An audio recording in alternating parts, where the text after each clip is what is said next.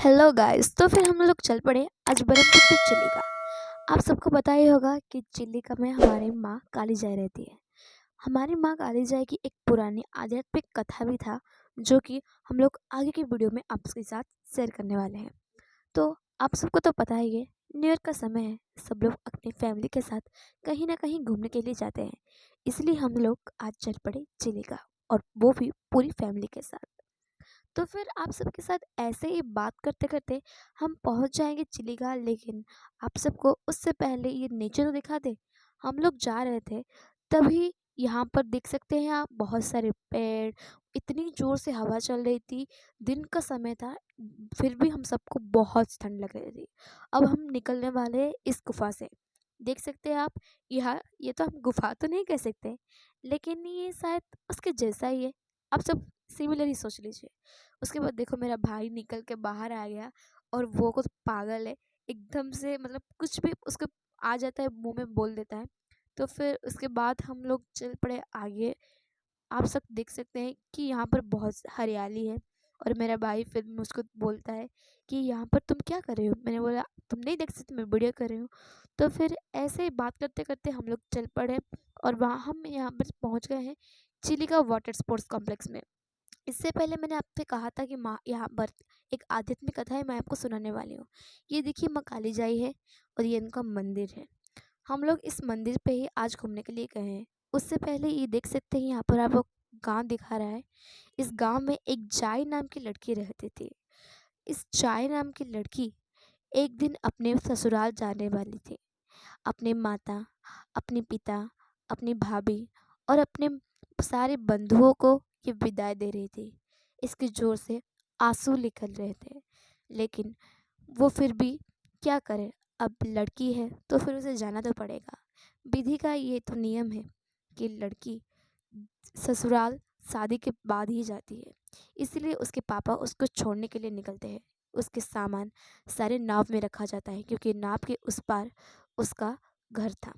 आप सब देख सकते हैं यहाँ पर माँ एक लड़की को, इस लड़की को एक केंकड़े ने उसको पकड़ लिया था। वो जोर जोर से चीख रही थी।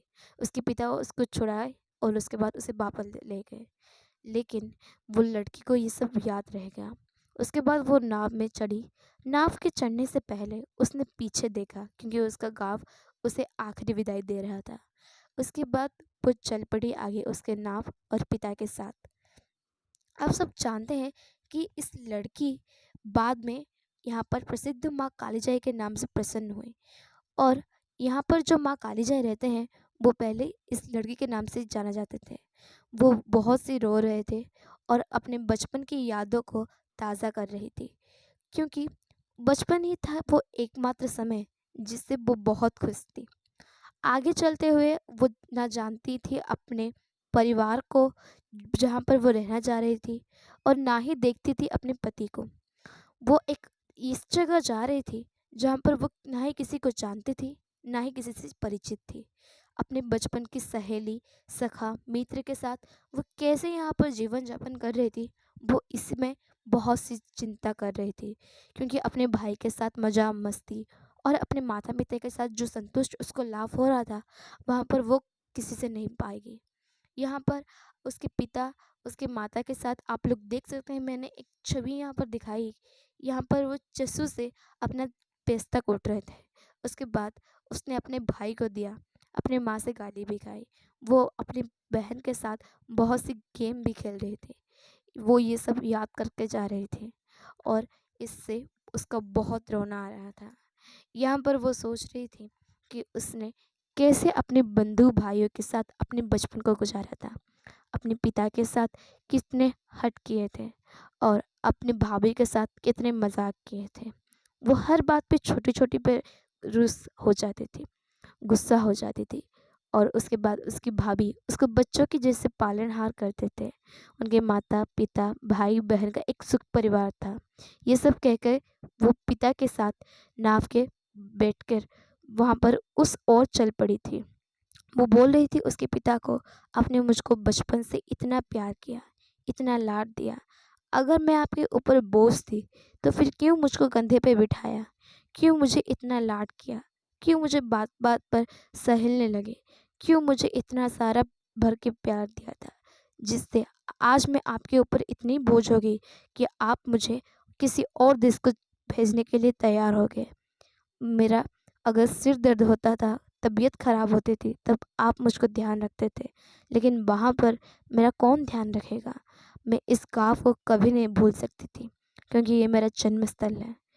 और अगर आप मुझको इतना ही प्यार करते, तो फिर आपने उस ससुराल में मुझे क्यों दे दिया।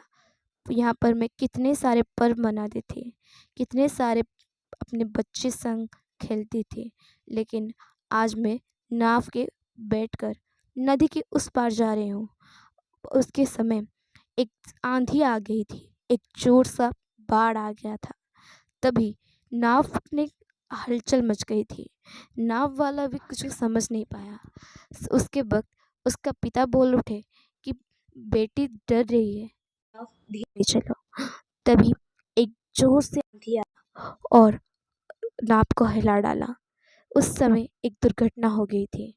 अपनी नाव को हिला डालने की वजह से अपनी जो जाई बिटिया थी, वो नदी पे गिर पड़ी। उसके पिता और उसके संग वो नाव चालक भी गिर पड़ा। उसके साथ जो जो सामान वो लेकर जा रही थी अपने ससुराल, वो सब भी धीरे धीरे गिर पड़ा। ऐसे ही जब धीरे धीरे सब कुछ हुआ, तो फिर हमारे सूर्य जी भी नहीं निकले। उससे हम जाई को याद हुआ कि ये सब उसके भाग्य में था। क्योंकि अगर हम जानते हैं कि हमारे पौराणिक के हिसाब, अगर कोई प्राणी या फिर मानव आपको जाने से मना कर रहा है, यानी आगे दुर्घटना की घटने की बहुत चांसेस है। इसीलिए सब लोग कहते हैं कि अगर कुछ भी काम करो, तो अच्छे से और मन सुहाव करके काम करो। उसके बाद सूर्य जी निकल गए और जाई नहीं मिली। वहाँ पर उसके पिता और नाव चला था। उसके पिता बहुत रो रो कर पूछ रहे थे कि मेरी बेटी कहाँ गई, मेरी बेटी कहाँ गई। कोई भी उसका उत्तर देने के लिए समर्थ नहीं था।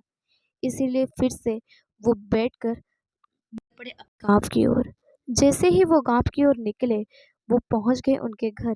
तभी सारे लोग पूछने लगे कि कहाँ है बिटिया, बिटिया कहाँ पर गई। लेकिन उन्हें क्या पता था, उनकी बिटिया का भाग्य उसके ससुराल में नहीं, पानी के बीचों बीच माँ काली जाइब का रूप होता था। सब लोग कहते हैं कि ये एक अद्भुत मंदिर है, यहाँ पर माँ का दर्शन मिलना सुख प्राप्ति होता है। और कुछ लोग कह रहे थे कि उनके गांव के पास जो मंदिर था, उसके पास बहुत से पहाड़ थे। उनमें से एक पहाड़ में जाई बिटिया जब इवनिंग इवनिंग यानी शाम का समय आ जाता था, तभी वहां पर लड़की की चीख और रोने की आवाज़ सुनाई देती थी। वो बोलती और रोती और कहती, मुझे मेरे पापा के पास जाना है, पापा। माँ कह के वो जोर से चिल्लाती थी और बचपन की सारी याद को वो हमेशा याद करती और हंसती और रोती रहती थी। ये सब पौराणिक के हिसाब से तो कहा गया है, लेकिन लोगों ने भी इसको सुना है, इसीलिए ये कथा आत्मजीवित है। और हम लोग चल पड़े हैं इसी मंदिर के लिए। और आप लोग देख सकते हैं कि यहाँ पर मंदिर भी पहुँच गया है। यहाँ पर जो पानी है वो बहुत ही गंभीर है, यानी आप लोग चाहते हुए भी यहाँ पर बहुत सी जगह आप घूमने आ सकते हैं। ये देखिए, ये है माँ काली जाई का पेट स्थली, जहाँ की हम लोग घूमने गए थे। आप सब इस सब नज़ारे को भी देख सकते हैं। अगर मैंने आप सबको दिखाया है कि ये एक मंदिर है, उसके बाद यहाँ पर सब लोग आज बहुत भीड़ थी, इसलिए सब लोग, क्योंकि ये मंदिर है और इसमें एक पौराणिक कथा की आधारित पर ये बना चुका है, इसलिए सब लोग यहाँ पर घूमने आते हैं। यहाँ पर सब लोग, अगर आप लोग भी जाना चाहते हैं तो फिर मैं आपको डिस्क्रिप्शन बॉक्स में दे दूँगी। ये आप बहुत सारा प्यार दीजिए और लाइक कीजिए, कमेंट कीजिए। अगर आप सबको वीडियो बहुत ही पसंद आया तो फिर शेयर मत कीजिएगा। और इसी तरह हमारे चैनल पर जुड़े रहने के लिए हमारे चैनल को सब्सक्राइब एवं बेल आइकन को प्रेस कर दीजिए, इसीलिए कि हमारे वीडियो आपके पास पहुँच जाए। Thank you. बाय।